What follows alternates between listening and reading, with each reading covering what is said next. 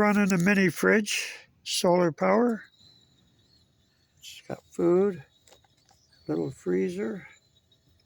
If you want to know how much power it takes, and how long the battery will last, take a look.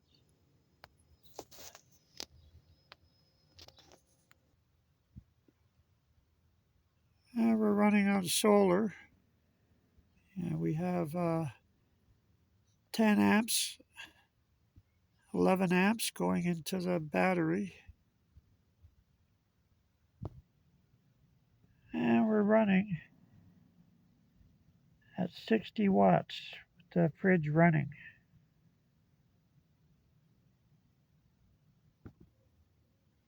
And here's the 100 amp hour battery, which is lithium. And here accordingly,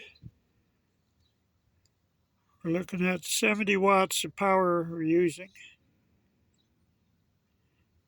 And this battery with the solar, it runs indefinitely with a 400 watt panel.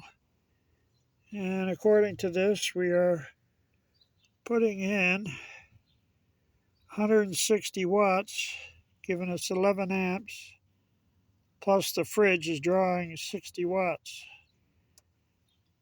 So it's still charging even with 200 watts of sun.